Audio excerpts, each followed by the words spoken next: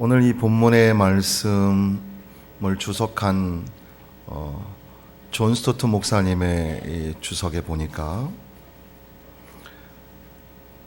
어떤 사람의 글을 인용하면서 나는 언젠가 산토끼가 피를 흘리며 눈 위로 지나간 자치를 본 적이 있다. 유럽을 지나간 바울의 자치가 바로 그랬을 것이다. 이런 글을 인용합니다. 산토끼, 옛날에는 토끼가 이게 산에 많았잖아요. 토끼가 상처를 입고 하얀 눈 위에 피를 흘리면서 지나간 그 자치가 있다고 생각해 보면 그 모습이 아주 선명하게 우리 눈에, 영상에 남을 겁니다.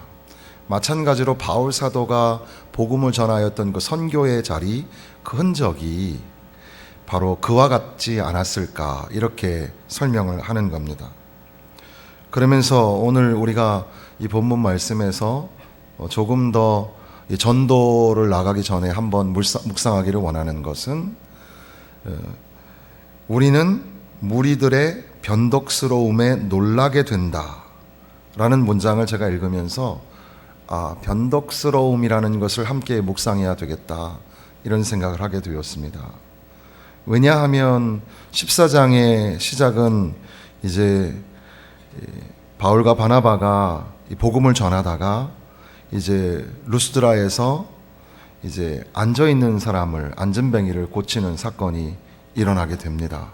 그래서 그런 기적의 역사를 보게 되니까 사람들이 막 신기하고, 그리고 이 신기한 능력을 가진 사람이 이제 우상처럼 되어서 이 한 사람은 제우스라고, 바나바는 제우스라고 하고, 또 그 중에 바울은 말하는 사람이니까 헤르메스라고 하고, 옛날에는 스스와 험에 이렇게 개역 한글에는 되어 있었는데 이제 요즘에는 제우스, 헤르메스 이렇게 하기도 합니다.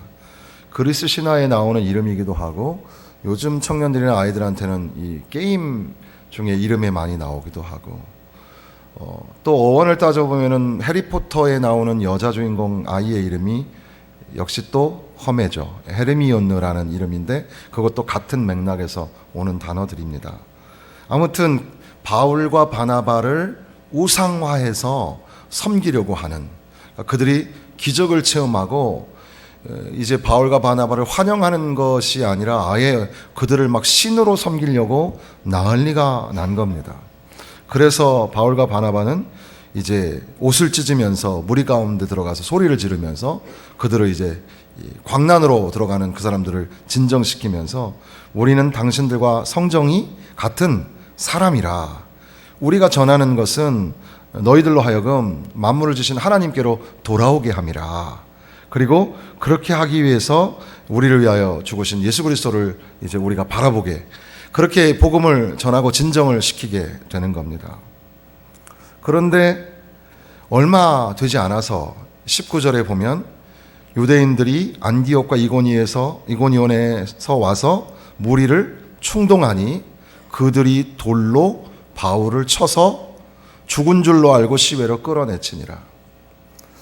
갈라디아 교회를 향하여 바울 사도가 내 몸에 예수의 흔적이 있노라, 예수의 흔적을 채우노라, 이런 말씀을 하셨는데 아마도 이렇게 돌에 맞았던 기억을 간직하고 하신 말씀은 아니었을까 생각해 보게 되는 겁니다.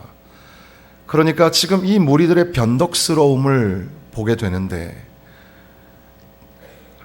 이 기적을 체험하고 난 후에는 이 제우스와 헤르메스라고 신처럼 우리가 섬기겠노라고 하다가 또 다시금 다른 무리의 충동에 의하여서 이들이 돌로 바울을 쳐 죽이려고 하는, 사실은 죽은 줄로 알고 끌어냈던 겁니다. 그런 상황, 이러한 변덕스러움, 이 세상의 변덕스러움 앞에 우리가 전도와 선교의 사명을 감당하는 거죠.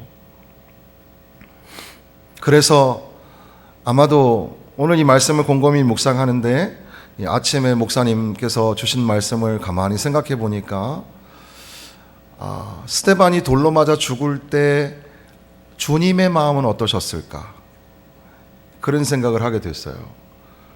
그때 당시에 그 선동하는 무리들 속에 바울이 있었는데, 바울이 사실 스데반을 죽이는 주동자가 되잖아요. 그런데 한편 이제 바울이 복음을 전하다가 돌에 맞아 죽게 되는 상황이 온 겁니다. 그때 바울의 마음은 어땠을까? 스데반을 생각하지 않았을까? 그리고 이 상황을 지켜보시면서 가슴 아파하시는 하나님 마음은 어땠을까? 이런 것들을 생각해 보게 되는 겁니다. 오늘 우리가 변덕스러운 세상에 나가서 복음을 전할 때 어쩔 때는 좋아라 환영을 하죠. 사실 지금 이 종교법을 비롯해서 사회에서 일어나고 있는 일각의 그 은연중에 부드러운 종교 탄압을 지금 우리가 받는지도 모르는데, 그러나 사실 이 사회를 더욱더 건강하게 만들고 또 복지를 후원하는 일에 있어서 지역의 교회들이 한 일이 훨씬 많은데, 그럴 때는 항상 교회에게 손을 내밀고 도와달라고 했던 그 무리가, 그리고 또 선거 때만 되면은 교회 앞에 진을 치고 1번을 뽑아라 2번을 뽑아라 하는 그 무리가, 교회가 있어야, 교회가 잘 이렇게 건강하게 있어줘야 나라가 잘 된다고 하던 그 무리가 도리어 갑자기 변덕스럽게 변해서 예수 믿는 자들을 탄압하고 교회 다니는 사람들이 자연스럽게 교회에 가지 못하도록. 그래서 중국 같은 데는 지금 중국의 선교사들이 새로운 운동을 하고 있는데, 그것은 소망의 상자를 만들어서 그것을 선물하는데, 당시 요즘 아이들이 핫하게 느끼는 성경책, 어린이 성경책과 그 아이들이 좋아라 하시는 선물을 몇 가지를 넣어가지고 그것을 이제 선물 상자처럼 만들어서 보내는 선교사역을 이제 지금 프로젝트를 중국에 있는 가정교회들이, 목사님들이 부탁을 해서 그런 일들을 하게 됩니다. 왜냐하면 지금 중국은 성인이 될 때까지 자기 자발적으로 교회를 못 가도록 이제 법이 바뀌었어요. 그래서 미래 세대 청소년과 주일학교 아이들은 더 이상 교회에 가지 못하게 되어 있는 형편에 있는 겁니다. 그러니까 지금도 조선족 교회나 북한에서 또 중국에서 이렇게 공산권에 있는 나라에서 복음을 전한다는 것이 쉽지 않은데, 근데 미래적으로 보면 훨씬 더 지금 어려운 상황이 펼쳐지고 있는 겁니다. 그런 일에 우리가 마음을 모아서 기도해 주어야 할 것입니다. 아무튼 그렇게 이 복음을 전하는 일에 이 탄압을 공산권에서 강제적으로 탄압하는 것처럼 오늘날의 우리 안에도 교과서 왜곡이나 또 역사 왜곡, 그리고 그 가운데 한국 이 근대사, 우리 한국 근현대사에 교회가 미친 영향에 대해서 지금 이제 서서히 모든 역사책에서 그런 것들을 지워 나가고 있는 거거든요. 그래서 함께 나라가 이 교회와 함께 대학을 세우고 병원을 세우며 이 나라를 다시 부강한 나라로, 이제는 세계에서 10위권 안에 들어가는 그런, 어디에서도 나는 한국인이라고 얘기할 수 있는 그런 나라로 세워가는 일에 일익을 담당했음에도 불구하고 그렇게 좋아라 환영하는 것과 동시에 이제는 이제 공개적으로 또 제도적으로 탄압을 하고, 그래서 뭐 교회가 세금을 내는 것이 옳으냐 마느냐, 세금을 낼 만하면 내야 되겠죠. 그러나 그 세금 내는 문제가 중요한 게 아니라 교회 안에 있는 그들이 알아서는 안 되는 그런 어떤 비밀스러운 일들, 경건의 비밀마저도 통제를 하겠다는 것이 또한 우리에게 이 부드럽게 다가오는 종교 탄압이기도 하거든요. 마치 변덕스러운 날씨처럼. 그래서 괌이나 사이판 같은 마이크로네시안 섬에는 항상 해가 쨍쨍 뜨지만 사실 매일마다 비를 볼 수가 있습니다. 또 섬나라인 영국 같은 나라도 우리가 생각할 때는 맨날 칙칙하게 비가 오고 다 어두운 색깔일 거라고 생각하지만 매일마다 해가 쨍쨍 뜨거든요. 그리고 또 매일마다 물론 비를 볼 수가 있겠습니다. 변덕스러운 날씨처럼 이 변덕스러운 세상은 우리가 복음 전도를, 이 생명의 복음을 전하기 위하여 우리의 이 목숨을 내걸고 한 걸음 나아갈 때에 환영하는 것 같아가 어느 날 갑자기 변덕스럽게 돌을 들어서 쳐 죽이려고 한다는 겁니다. 아주 오래전에 이 인도네시아 선교를 가서 인도네시아에서 선교를 이제 마치고 선교팀들이 이제 많이 탈진을 했죠. 그때 저희 큰애가 초등학생이었는데 이제 처음으로 이제 단기 선교를 쫓아갔었는데, 가면서부터 이제 좀 컨디션이 안 좋아가지고 어린아이가 눈이 막 뒤집혀지고, 또 저도 2시간 이내에 비행기를 타면은 괜찮아요. 저를 가만히 비행기 타고 같이 가시다 보시면 버스를 타든 비행기를 타든 자거든요. 이 자는 게 하나의 멀미라고 그러더라고요. 그래서 2시간 정도는 견디는데 4시간 이상 넘어가면 굉장히 심각한 비염을 제가 앓습니다. 그래서 재작년인가 제가 인도네시아 갔을 때 굉장히 고생을 한 걸 아마 몇몇 분들이 보셨을 겁니다. 그래서 고생 끝에 가서 또 거기는 대대적으로 선교 사역을 해서 이 4군데로 사역을 나누어서, 한 군데는 이 디지털 미디어 사역을 하고, 한 군데는 이제 워십 댄스 팀을 구성해 가지고 또 한 교회에서는 그걸 하고, 또 한 교회에서는 공작 그리기 만들기 이런 걸 하고, 또 이제 하나는 이제 이 대형 집회, 우리 교회만큼 더 큰 교회에서 그 지역의 모든 교회들이 모여서 이제 찬양하고 제가 거기서 또 설교를 해야 되는 그런 사역이었습니다. 가는 첫날부터 비가 엄청 쏟아져서 가지고 간 양복 한 벌이 바지가 다 찢어졌습니다. 제가 원래 허벅지가 또 굵잖아요. 비를 맞으니까 이게 견뎌내지를 못하고 다 찢어져서 양복도 없고, 그리고 또 이 숙소에 들어가면 이 천장에 막 도마뱀들이 왔다 갔다 하고, 그런 가운데서 이제 사역을 감당하고, 이제 모두가 다 이제 파김치가 되어서 지쳐서 돌아올 때쯤 되어서 한국으로 귀국한 것이 아니라 홍콩으로 가게 되었습니다. 홍콩에서 이제 한 이틀간을 경유하게 되는데, 홍콩에 들어가서 저녁 때쯤 도착한, 우리는 지금도 조망권 때문에 많이 따지지만 홍콩은 섬이 이 지역이 되게 좁다 보니까 아파트가 다 다닥다닥 붙어 있거든요. 거기에 하나의 교회를 세를 내서 교회를 하시는 그 교회의 짐을 풀고, 잠시 짐을 여독을 푸는가 하다가 토요일 날 아침 새벽 4시쯤부터 다 기상을 해서, 그때부터 그 홍콩에 있는 그 우리로 말하면 한 개운산 한 2배 정도 될까요? 그런 산으로 이제 2시간을 끌고 올라가는 겁니다. 근데 공교롭게도 제가 돌아올 때 이 무릎이 다쳐가지고 제대로 걷질 못하고 쩔뚝쩔뚝 거리고 올라가야 했고, 한 청년 자매는 그 주일학교 사역을 열심히 분명히 했는데 딱 홍콩에 도착하면서부터 약간 이상한 증세가 생겼어요. 간질도 아니고 정신 이상도 아니고, 그래서 그 아이를 또 기도해 줘야 되기 때문에 또 그런 어려운 상황이었는데, 그 교회는 매주 토요일 아침마다 그렇게 전교인들이 올라간다는 겁니다. 그래서 어쩔 수 없이 우리들도 그들을 따라서 걸어서 2시간을 산 정상을 향하여 올라가는 겁니다. 불평이 이만저만이 아니죠.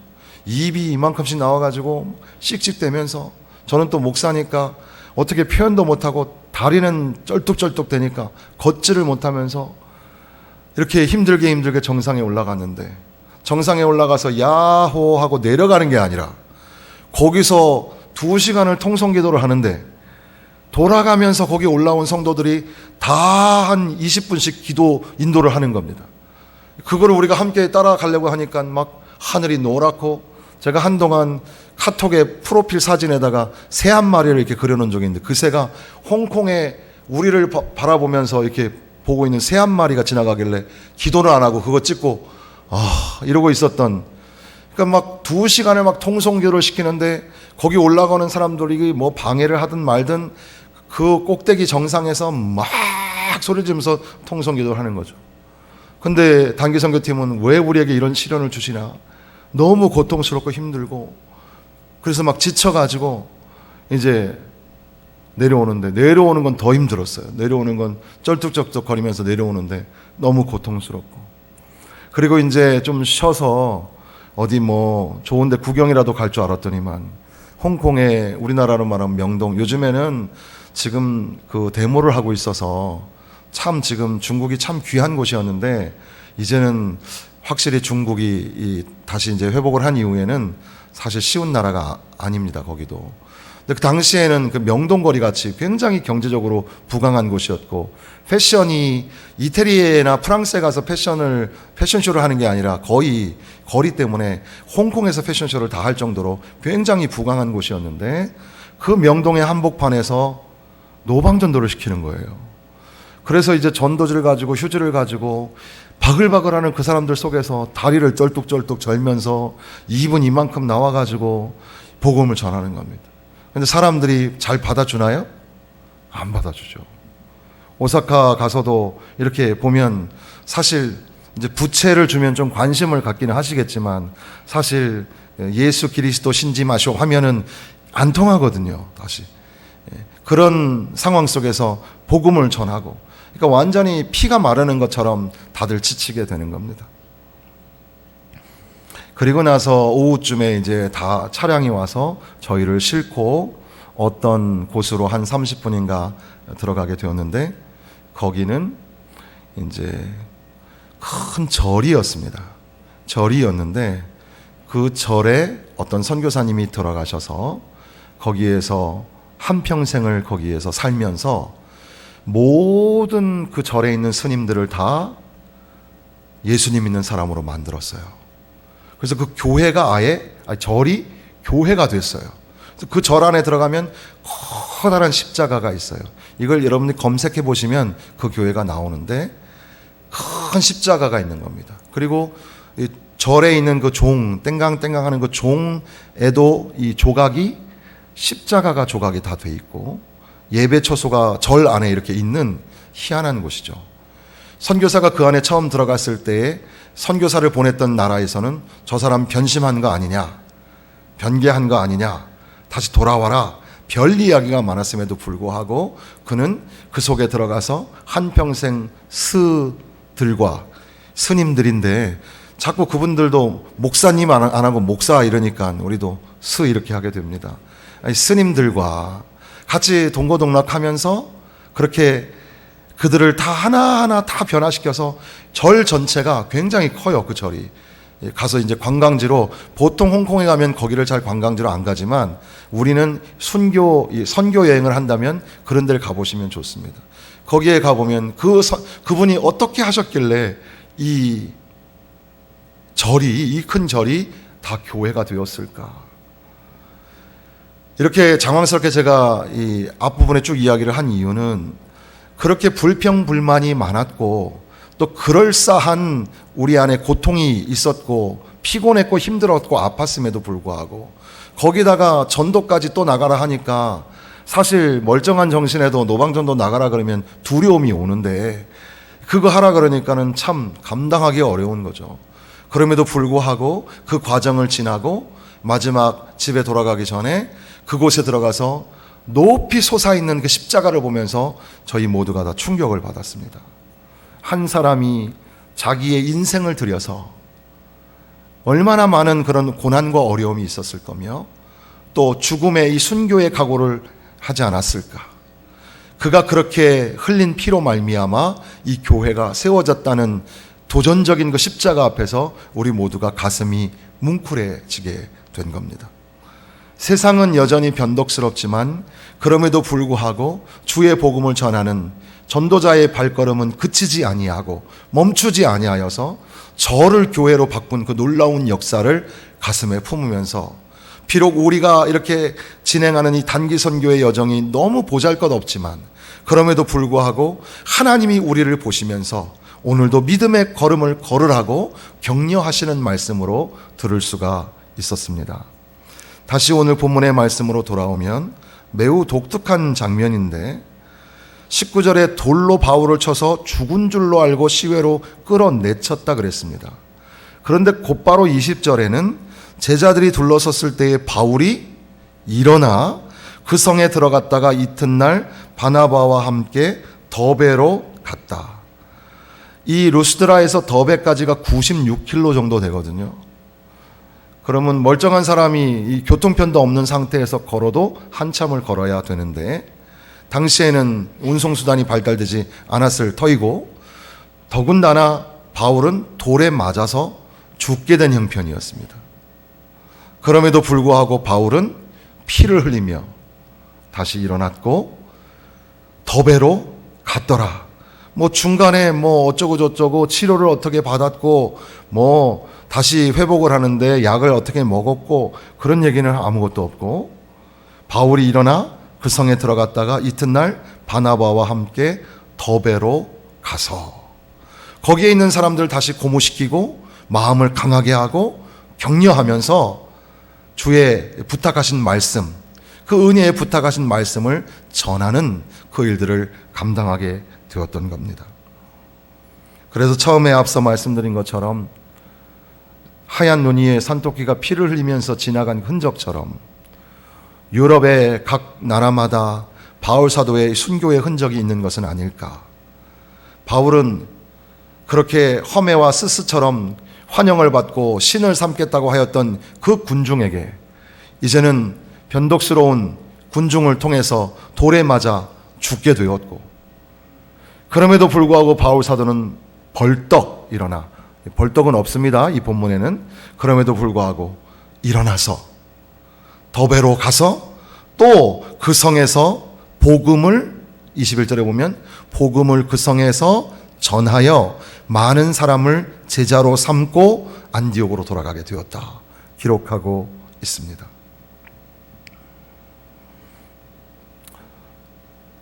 오늘 우리가 노방전도를 나가면 사실 이렇게 행사적으로 노방전도를 나가서 여기서 만난 사람을 교회로 데려오기까지는 상당히 어렵죠. 구조적으로 그게 맞지가 않죠. 그 사람에게 복음을 전했는데 예배 시간 다 끝났는데 어디로 데려오기도 애매하고, 또 쓱 지나가는 사람이라서 뭐 시간 있으시면 얘기 좀 할까요? 그렇게 하기에는 현대인은 항상 바빠요. 바빠서 빨리 주고 빨리 끝내야 되죠.